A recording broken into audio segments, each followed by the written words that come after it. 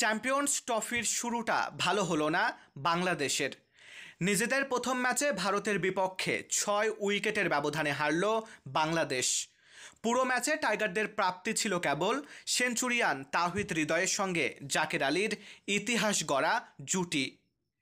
বৃহস্পতিবার 20 ফেব্রুয়ারি দুবাইয়ে টস জিতে আগে ব্যাট করতে নেমে 49 ওভার 4 বলে 228 রান তুলে অল আউট হয় বাংলাদেশ। দলের হয়ে সর্বোচ্চ 100 রান করেন তাওহিদ হৃদয়, তাছাড়া 50 পেয়েছেন জাকের। ভারতের হয়ে 53 রানে 5 উইকেট শিকার করেন মোহাম্মদ শামি। জবাব দিতে নেমে 4 উইকেট হারিয়ে 21 বল হাতে রেখে জয় তুলে নেয় ভারত।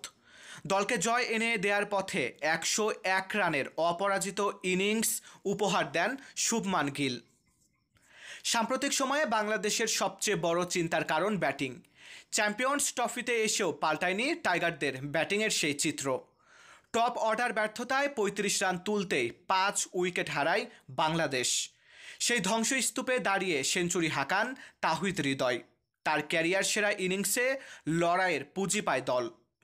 অল্প পুঁজি নিয়েও ভালোই লড়াই করেছেন বোলাররা, তবে শেষ হাসিটা হেসেছে ভারত। মারুফ হাসান বিশাল, বাংলার 10।